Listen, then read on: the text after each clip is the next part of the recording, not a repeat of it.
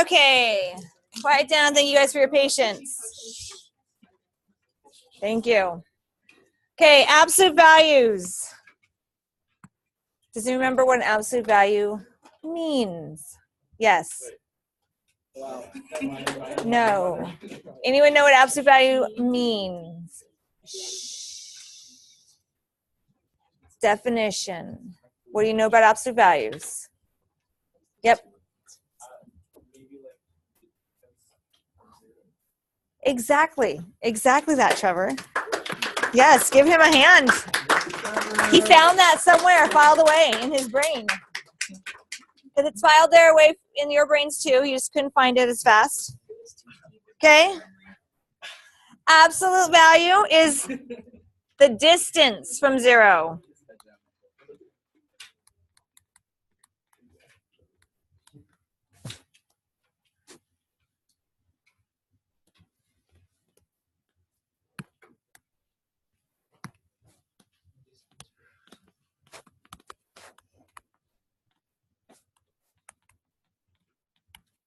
That's why absolute values are always positive numbers. Because you never talk about going, oh, I ran -5 miles today. Okay, because that's not a distance that we understand. Okay, so even though like -5 tells me a direction that I moved on my number line, it still moved 5 units away from zero. Okay? It just tells you that you're going to move to the left 5 units. So this is 5 minus 3, which is 2. And 2 is 2 units away from zero.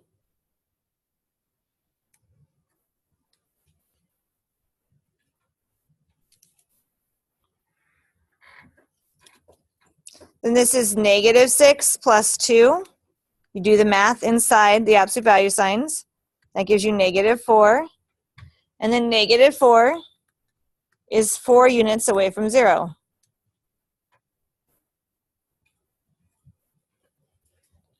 Any questions over that? Okay. Now we're going to graph. We're going to graph just a linear equation. F of x equals x. This is the parent function of a linear equation or a linear function. So if I plug -2 in for x, what will my y be? It'll be -2. So I'm going to graph -2, -2. Then I'm going to plug in -1 for x. So when x is -1, what is the y value, class? -1. If I plug in 0 for x, what's the y value? 0. If I plug a 1 in for x, what's the y value? 1. And when I plug 2 in for x, what is the y value? 2. And so we're graphing all those points to get our line. So that's the basic equation of a line. F of x equals x. Now we're going to see how that changes when I graph the absolute value function, the basic parent function of an absolute value function. So now I'm going to take -2 for x and plug it into g of x, which is the absolute value of -2. In class, what's the absolute value of -2? +2. So I'm going to graph -2 and then +2. Then I'm going to plug in that -1 for x. In class, what's the absolute value of -1?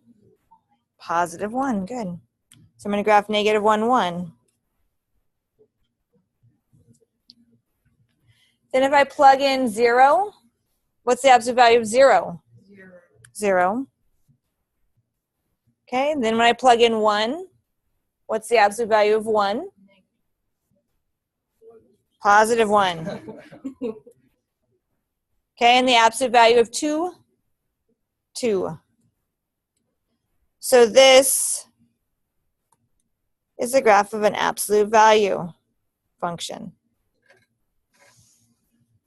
If you notice, it's very similar. In fact, this part here and this part here are the exact same thing. It's only when we get over to the negative values for y that it changes. Here's my linear function. It goes down. Here, the down actually is reflected back up across the x-axis. Okay, because those numbers can't be negative when you have an absolute value. They automatically change them to a positive. Any questions over that? So I've just taken the linear equation, and at the 0, I've taken the other values and reflected them up to make my absolute value function. Any questions? Okay, write down what you notice about the absolute value graph. What are the graph's characteristics?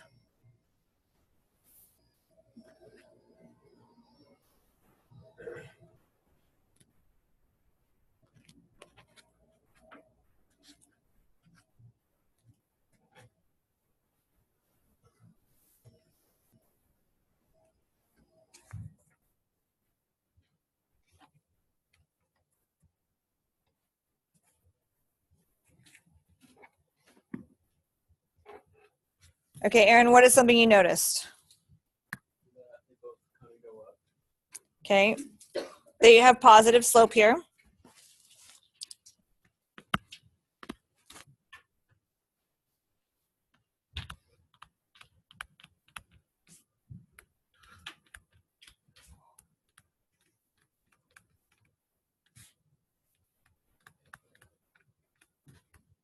It opens up. Yep. It reflects off the linear. The negative numbers become positives. I'll write that one down as much. Okay. Anyone else notice something?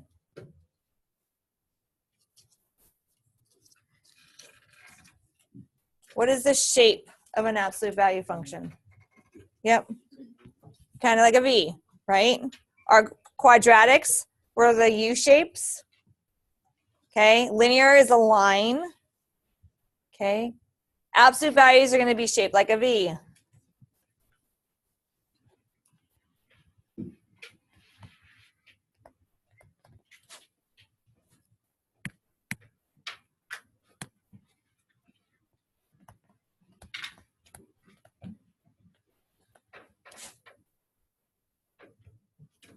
Oh my goodness, I need to spell better here.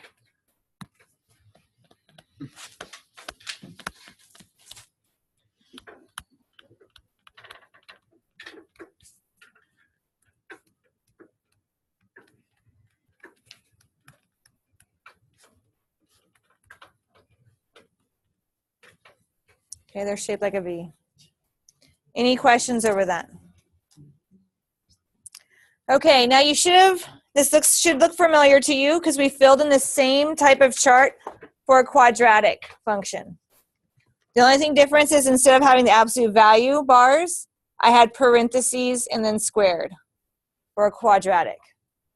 But all the same transformations that apply to a quadratic are now also part of an absolute value. So if we have a negative a value, does anyone remember what having negative a, what will that do to my graph? Flip it upside down. What do we call that? What's the math term for that? Reflection. Okay, negative a will reflect across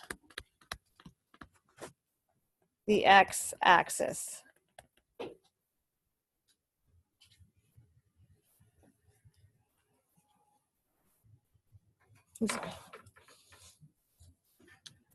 Okay, then if we have my a value being greater than 1.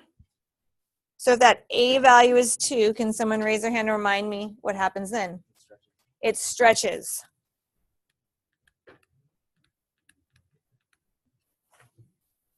Means it's stretching, and it means my graph will get thinner.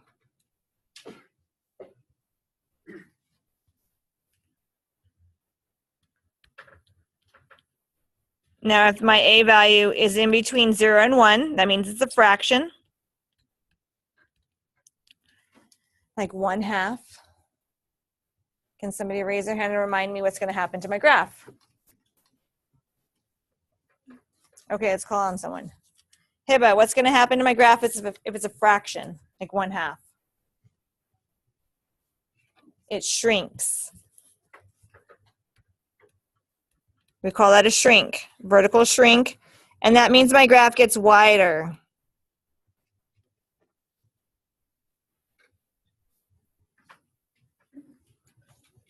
Any questions over that? Okay, the H value is inside the absolute values, and it's the same idea as if it's inside the parentheses. If it's inside the parentheses, what do I need to do with it? Yep. Change the sign. So the negative H moves my graph to the right. It's the opposite. A positive H moves my graph to the left.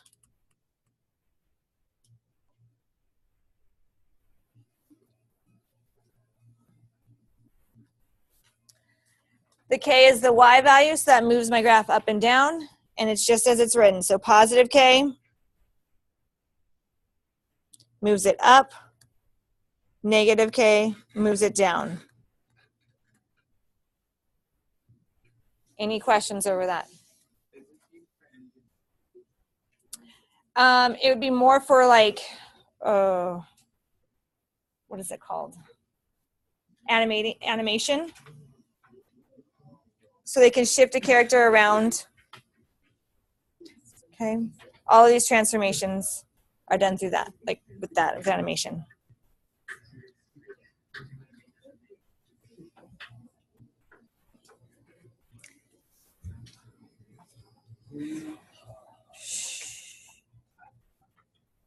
Okay, so our graph now, we're going to graph this. Y equals the absolute value of x minus 3 plus 2.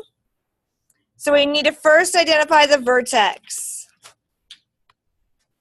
Remember, our equation is y equals a times the absolute value of x minus h plus k. Our vertex is hk.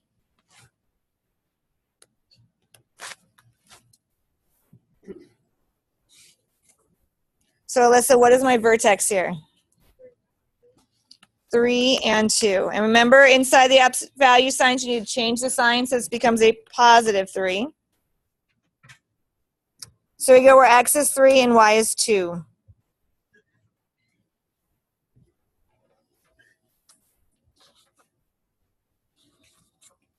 Chloe, what would the a value be then? Very good. Since there's nothing in front, our a value is 1. And our a value is kind of like the slope. So we write it as a fraction, 1 over 1. This tells me it goes up 1, and then it also goes right and left 1. Kind of like our parabola, we had to go right and left. But an absolute value has a constant rate that you're changing, whereas our parabolas had that patterned rate where you had 1, 3, 5 pattern. This is just the constant rate. It's rising at a rate of 1 over 1. So you can go up 1 over 1, up 1 over 1, up 1 over 1. And then on the other side, up 1 over 1, up 1 over 1, up 1 over 1.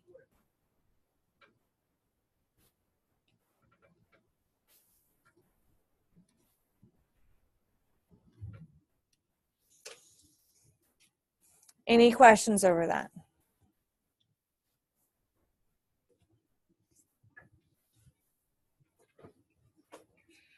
We're good?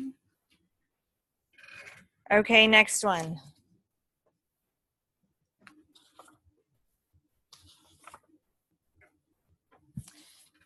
Jacob Garcia, what is my vertex?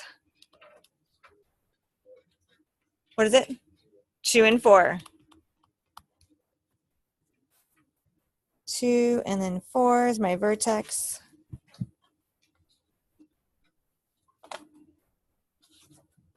Jacob P. What is my A value? Negative 2. So that means I'm going to move down 1 because it's negative, or sorry, down 2, and right and left 1. So I'm going to go down 2 to the right 1, down 2 left 1, down 2 right 1, down 2 left 1. I'm going to keep going so it makes my graph nice and straight.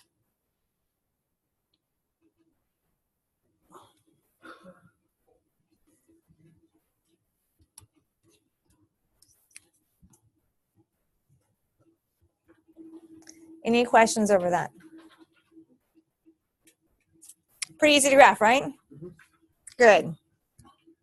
Now we're going to describe our transformations. In this problem, we have our 3.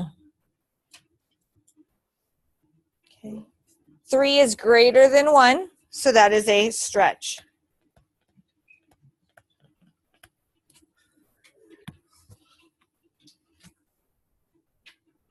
Can someone raise their hand and tell me what the 2 does? Yep. Which way does it go? Where do you have this as a 3 is my stretch? Inside the absolute values. Let's go back up here. Okay, inside the absolute values, it moves right and left. But it's the opposite, right? To the right.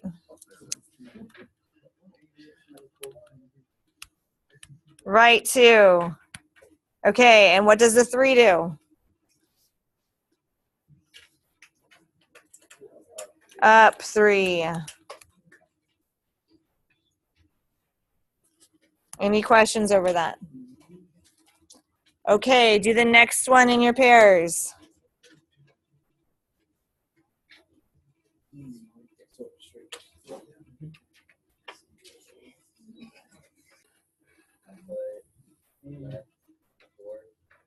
Okay, very good. It should move to the left 4.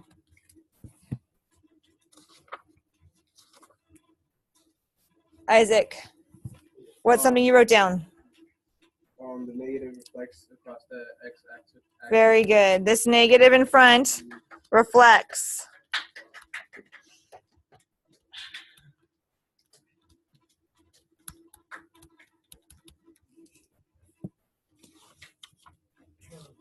Michelle, what's something you wrote down? Okay. This is down 1. One more to go. Trevor, what's the 1/3 tell me? Shrink. Okay, the 1/3 is less than 1. It's in between 0 and 1, so it's a shrink. Any questions over that? Okay.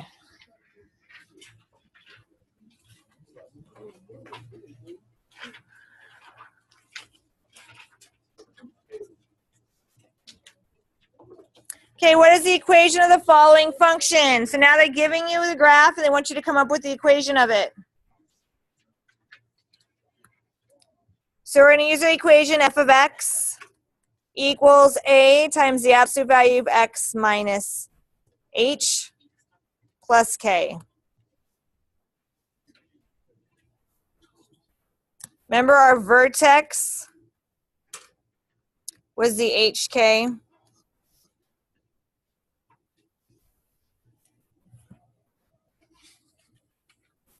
Brianna, what's the vertex here then? 1, 3, very good.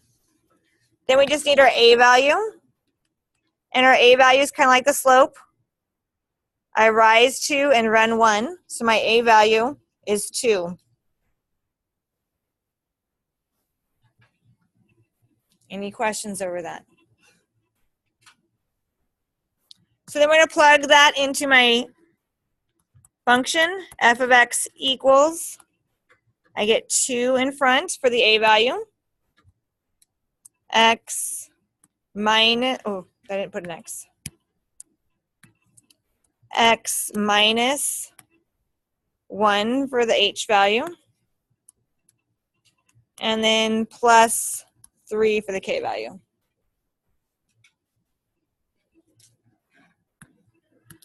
So that is my equation of that graph. Yes?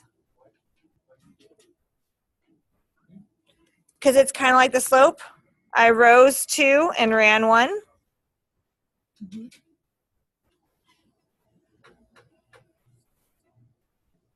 Okay, next one. Okay, everyone write the equation of that for me. Help each other out. So most of us came up with the vertex of 0, 4. Our a value is what we struggled with. It's moving down 1, and over 1. So our a value should be negative 1. When I plug it in, it'd be f of x equals negative absolute value of x. Since it's a 0 inside the absolute value signs, I don't really need to write it in. I can just have the absolute value of x. And then plus 4. Now, if you put the plus 0 inside, that's fine. I gave it to you. On a test, it would be written like this, though. Okay? So just know that those are the same thing. Any questions? Okay. Okay. Okay, the following absolute value function represents Jill's run to a park and back home, where the distance over time, d of t, represents her distance from the park of t time. She needs to be at t time. Write an absolute value equation to represent her run, then explain what the key features represent.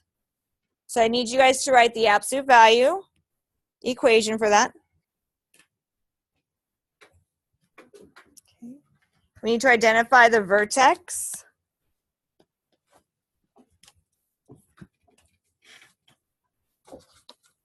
Esteban, what's the vertex there? What's the vertex? Mm-hmm. Okay, who thinks they have the a value? Yep. Not quite 1 over 1. How am I counting? I went up 1 and over. Yeah. Oh, yes. Thank you. The 40 is the x value. I didn't catch that. I'm sorry. And then the y value is 0. Not 8. Up 1 and over 8. So that should be 1 over 8. Rise, moving up first, is on top, and then to the right 8. Because we're counting by 8s. Yes. Okay. So then our equation should be f of x equals 1/8 times the absolute value of x minus 40, change the sign, and then I don't need a plus 0. I can write it in, but it's not necessary. Any questions over that?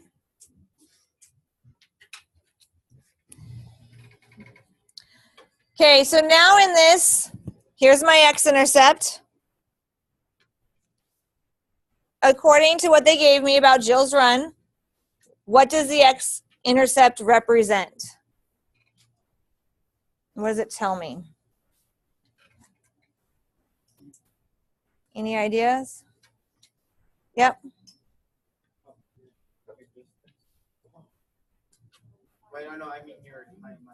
Okay, and so what does that mean? The x-intercept.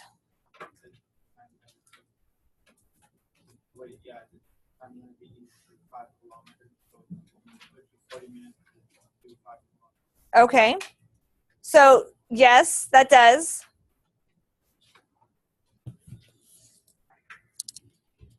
But when it's on the x-axis, what does that tell me? Where am I at in my run? I ran for 40 minutes. That's good.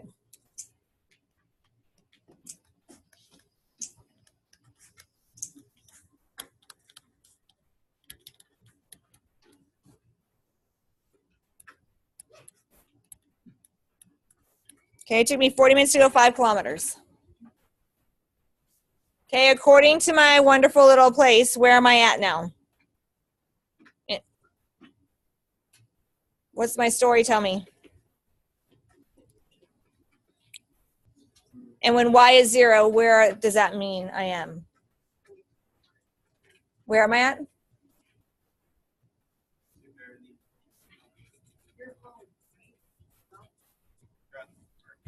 I'm at the park.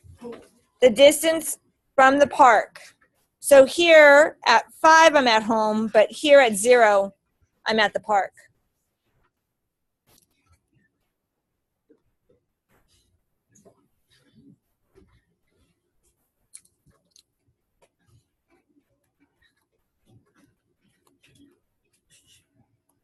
When the y value is 0, she is at the park. Jill is at the park. Does that make sense? Okay, what about the y-intercepts? That's this right here. What does that point tell me? Melissa, do you know? What does it mean? The distance that I am from a park. Okay, so that's telling me I'm 5 kilometers away from the park. So Jill lives 5 kilometers from the park. Okay, it also tells me that she's at home. That's why I'm talking about where she lives. Okay.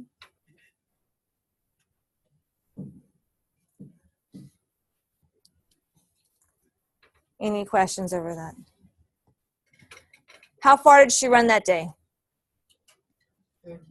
10 kilometers, very good. And how fast did she run?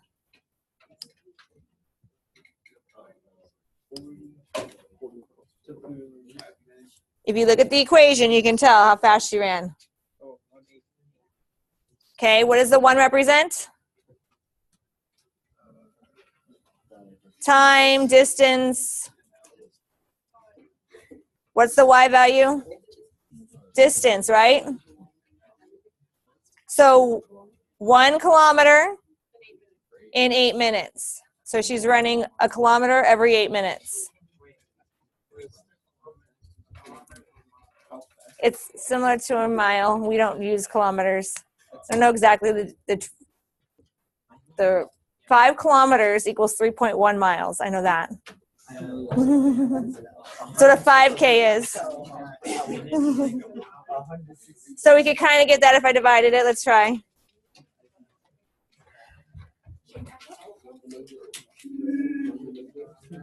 So it's 6.2 miles is 1 kilometer.